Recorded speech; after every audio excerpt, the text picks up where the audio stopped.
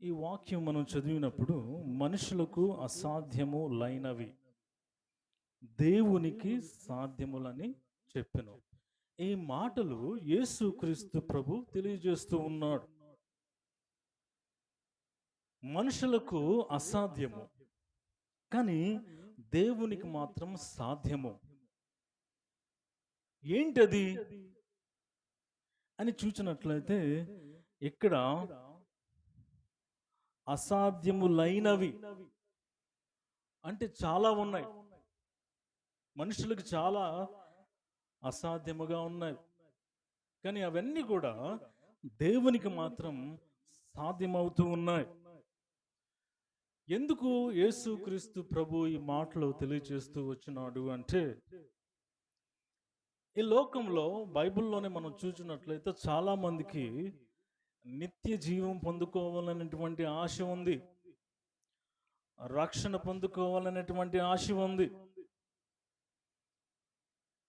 వారందరూ యేసుక్రీస్తు ప్రభు యొద్దకు వచ్చి అడుగుతున్నారు ఈ మాటల్ని, ఈ ప్రశ్నలు అడుగుతూ ఉన్నారు. ఇదే అధ్యాయంలో మనం చూసినట్లయితే 18వ వచనం, ఒక అధికారి యేసుక్రీస్తు యొద్దకు వచ్చి ఆయనను చూచి, సద్బోధకుడా, నిత్య జీవమునకు వారసుడు నగుటకు నేనేమి చేయవాలని ఆయన అడిగాడు, యేసు ప్రభువుని అడిగాడు. అలానే ఇక్కడ మనం చూసినట్లయితే 26వ వచనంలో మనం చూద్దాం. ఇది వినిన వారు, అలాగైతే ఎవడు రక్షణ పొందగలడు? చూడండి ఎంతమంది. అలానే యోహాను సువార్త 3వ అధ్యాయంలో మనం చూస్తే నికోదేము అనేటువంటి పరిసయ్యుడు రాత్రి వేళ యేసుక్రీస్తు ప్రభు వద్దకు వెళ్తాడు. ఆయన కూడా ఇటువంటి ప్రశ్నలు అడిగితే యేసుక్రీస్తు ప్రభు జవాబు ఇచ్చింది ఏంటి అంటే, వాటన్నిటికీ నిత్య జీవం పొందాలన్నా, రక్షణ పొందుకోవాలన్నా అది దేవుని కుమారుడితోనే సాధ్యము అని యేసుక్రీస్తు ప్రభు తెలియచేశాడు. మనుషులకు రక్షణ పొందాలి అన్నా అది అసాధ్యం. మనుషులు నిత్య జీవం పొందాలన్నా కానీ మనుషులకు అది అసాధ్యము, కానీ దేవునికి మాత్రం సాధ్యము.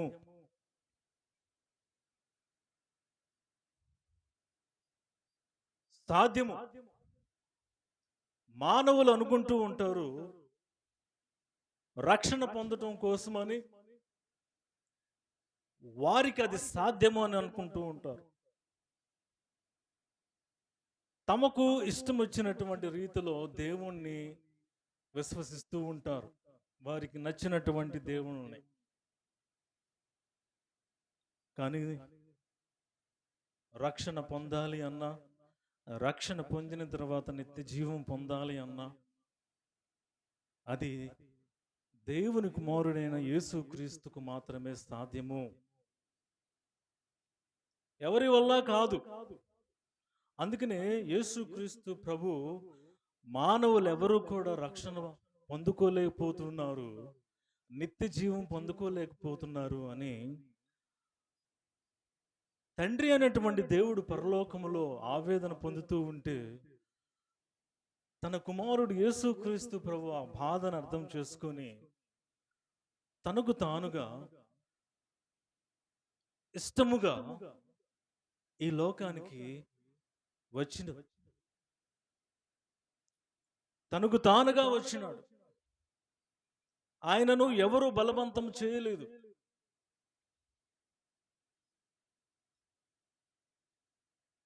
పరలోకమును విడిచిపెట్టి భూమి మీద ఒక అతి సాధారణమైనటువంటి మనిషిగా ఈ లోకంలో జన్మించి మనందరికీ రక్షణను ఇవ్వటానికి యేసుక్రీస్తు ప్రభు ఈ లోకానికి వచ్చినాడు.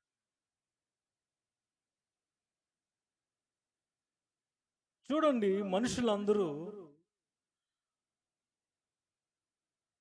మనుషులందరికీ ఉండేటువంటి ఆశ ఏమిటి అంటే పరలోకానికి వెళ్ళాలని, నరకానికి వెళ్ళాలని ఎవరు అనుకోరు. ఎవరినైనా ఎంత ఘోర పాపినైనా మనం ప్రశ్నిస్తే నువ్వు పరలోకం వెళ్ళాలని ఆశగా ఉందా అంటే అవును ఆశగానే ఉంది అంటారు. అయితే ఇది అసాధ్యం, మనుషులకు అసాధ్యం, దేవునికి సాధ్యమైంది. ఆయన సృష్టికర్త కనుక ఆయన ఈ లోకానికి వచ్చి మన కోసం జీవించను, ప్రజలందరి కోసం జీవించాడు. ఆయన ఎన్నో శ్రమలు ఈ భూమి మీద అనుభవించాడు. అవమానాలు యేసుక్రీస్తు ప్రభు భరించాడు. ఆయన చెప్పినటువంటి విషయం ఏమిటి? నా ద్వారా తప్ప ఎవరు కూడా పరలోకానికి రాలేరు. నేను దేవుని కుమారుణ్ణి అని చెప్తే ఆయన మీద అసూయ పొందారు మనుషులు. అదే రీతిలో మానవులందరూ ఆలోచిస్తూనే ఉన్నారు ఇప్పుడు. యేసుక్రీస్తు ప్రభు అంట ఆయన పరలోకం నుంచి వచ్చాడంట, ఆయన నమ్ముకుంటే పరలోకం వస్తుందంట అని మనుషులు అనుకుంటున్నారు, అంటే అనుమానిస్తూ ఉన్నారు.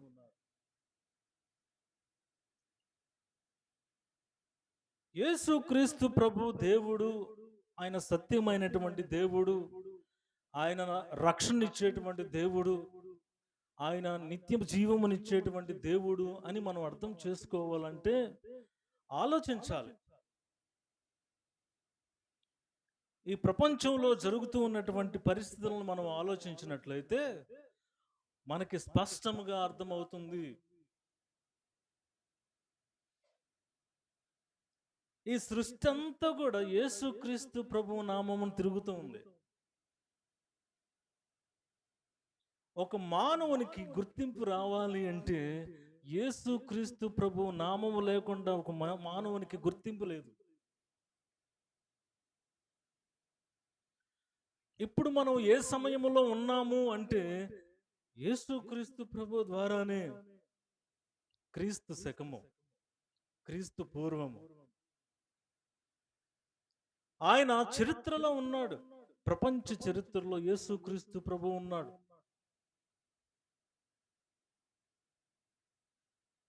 చరిత్రలో ఆయనకి ఒక ప్రత్యేకమైనటువంటి పేజీలు ఉన్నాయి. ఆయన ఒక కల్పితమైనటువంటి పాత్ర కాదు. ఎవరో ఏదో చెబితే మనుషులందరమైనటువంటి మనము ఆయన విశ్వసించలేదు. ఏదో చెప్తే కాదు, దేవుని గ్రంథమైనటువంటి పరిశుద్ధ గ్రంథము బైబిల్ తెలియచేస్తూ ఉన్నది. బైబిల్లో ఉన్నటువంటి ప్రతి విషయము జరుగుతూ ఉంది.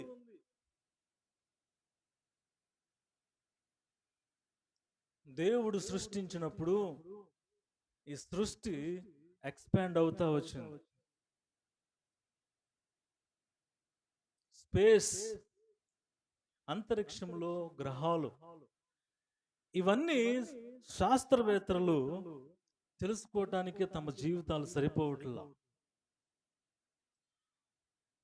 ఒక వ్యక్తి, ఒక శాస్త్రవేత్త కొంచెం తెలుసుకోగానే అతను మరణిస్తున్నాడు. ఆయన చెప్పినటువంటి థియరీని బేస్ చేసుకొని ఇంకొకరు ఏదో తెలుసుకోవాలని ప్రయత్నం చేస్తున్నారు, కానీ వారి జీవితాలు అంతము పొందుతూ ఉన్నాయి. యేసుక్రీస్తు ప్రభు గురించి తెలుసుకోవటానికి ఈ జీవితం సరిపోదు అని చెప్పడానికి నేను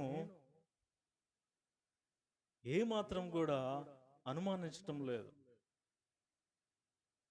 కానీ యేసుక్రీస్తు ప్రభు గురించి తెలుసుకోవటం కోసం, అర్థం చేసుకోవటానికి మాత్రం సూటిగా దేవుడు ఈ బైబిల్ గ్రంథంలో మాత్రం రాయించాడు.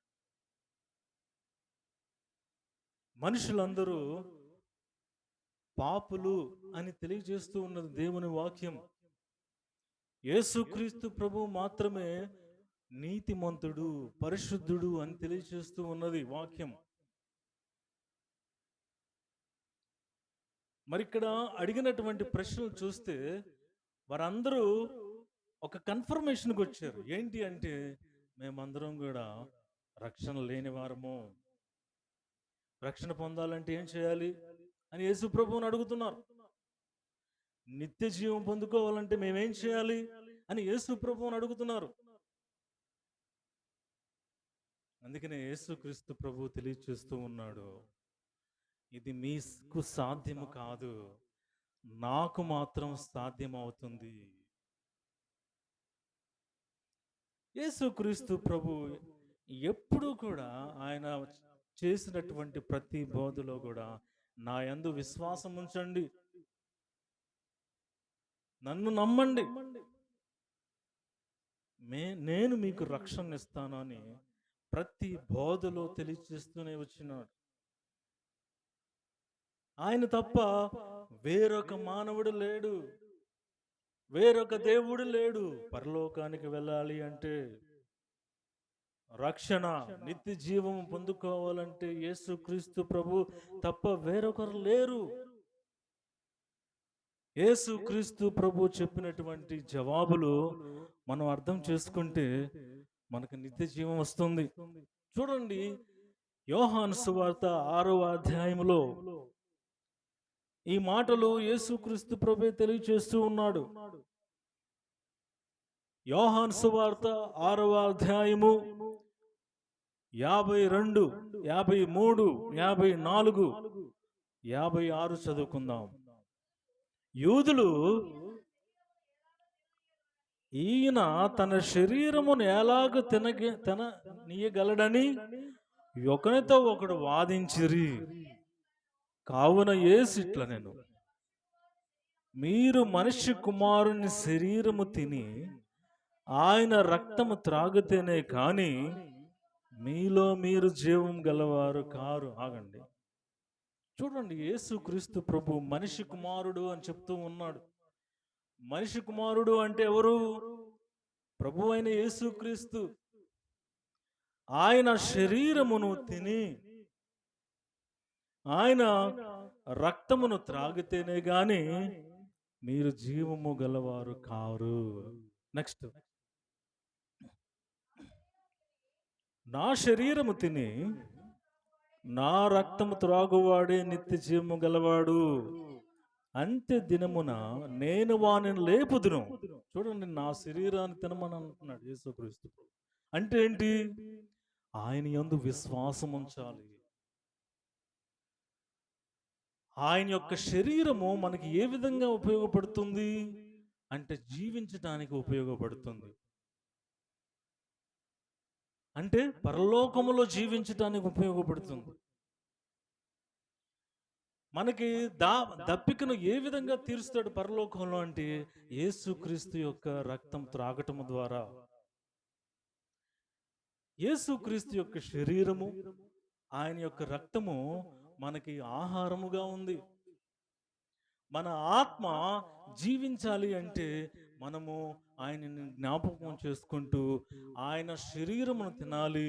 దానికి సాదృశ్యకముగా మనము అనుసరిస్తూ ఉన్నది ఏంటి అంటే రొట్టెని తీసుకుంటూ ఉన్నాం.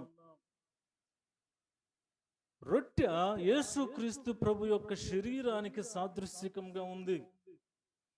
మనం తాగే యొక్క ద్రాక్ష రసం ఏదైతే ఉన్నదో ఆయన కార్చినటువంటి రక్తానికి సాదృశ్యంగా ఉంది.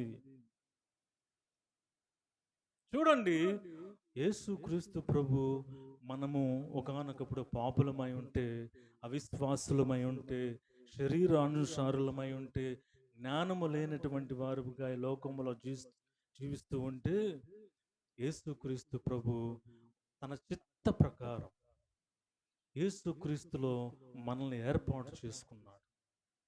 అంటే వీరిని నేను పరలోకానికి తీసుకువెళ్ళాలి, వీరు పరలోకానికి రావాలంటే నా ద్వారానే తప్ప వీరు వేరొక మార్గం ద్వారా రాలేరు అందుకని ఆయన ఏం చేశాడంటే, మనం పొందాల్సినటువంటి శిక్ష, పాపులమై ఉన్నటువంటి మనము శిక్ష అనుభవించాలి. అనుభవించినా కానీ ప్రయోజనం లేదు. ఇప్పుడు నేను నా శిక్షను అనుభవిస్తాను, నా మీద సిలువ పెట్టండి, నన్ను కొరడా దెబ్బలు కొట్టండి, నా మీద ముండ్ల కిరీటం పెట్టండి అని నేను అన్నాను అనుకోండి, అది చేసినా కానీ నేను పరలోకానికి వెళ్ళలేను యేసుక్రీస్తు లేకుండా. నేను రక్షణ పొందాలి అంటే, నేను నిత్య జీవం పొందాలంటే, నా బదులు యేసుక్రీస్తు ప్రభు శిక్ష అనుభవించినాడు. అది చేస్తేనే నేను పరలోకానికి వెళ్తా, లేకపోతే నేను వెళ్ళలేను. అందుకని యేసుక్రీస్తు ప్రభు ఈ లోకానికి వచ్చింది. అందుకనే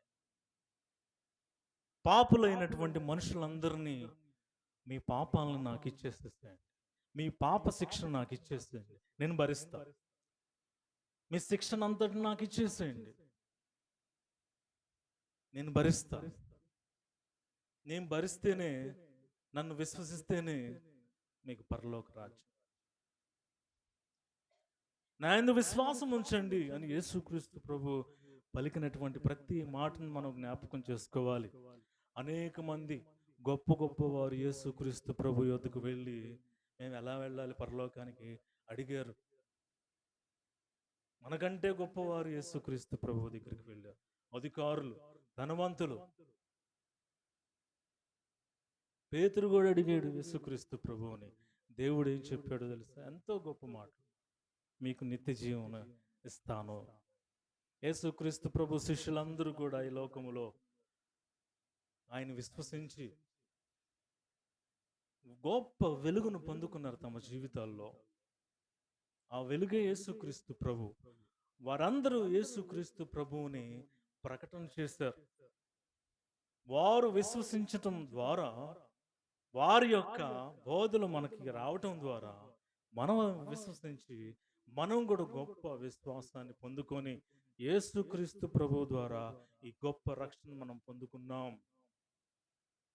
అందుకనే రక్షణ పొందినటువంటి మనము రాబోయే కాలంలో నిత్య జీవం దేవుడు మనకు ఇవ్వబోతూ ఉండగా, ఈ లోకములో జీవించినంత కాలము మనం యేసుక్రీస్తు ప్రభువుని స్తుతిస్తూ, ఘనపరుస్తూ, ఆయన్ని ఆరాధిస్తూ, ఆయన్ని జ్ఞాపకం చేసుకుంటూ, ఆయన పడినటువంటి శ్రమలను జ్ఞాపకం చేసుకుంటూ, ఆయన పొందినటువంటి మరణ శిక్షణ జ్ఞాపకం చేసుకుంటూ ఈ లోకంలో మనం జీవించాలి. అప్పుడే మనం దేవునికి పిల్లలం అవుతాం. అందుకని మనమందరం తెల్ల వంచి యేసుక్రీస్తు ప్రభు యొక్క శరీరాన్ని జ్ఞాపకం చేసుకుందాం. ఆయన కార్చినటువంటి రక్తాన్ని మనం జ్ఞాపకం చేసుకుందాం. ఆయన చెప్పాడు స్పష్టంగా, నా శరీరాన్ని తిని నా రక్తాన్ని త్రాగువారు నిత్య జీవం పొందుకుంటారు, వారిలో నేనుంటా, వారిలో నేను నివసిస్తా అని యేసుక్రీస్తు ప్రభు చెప్పాడు.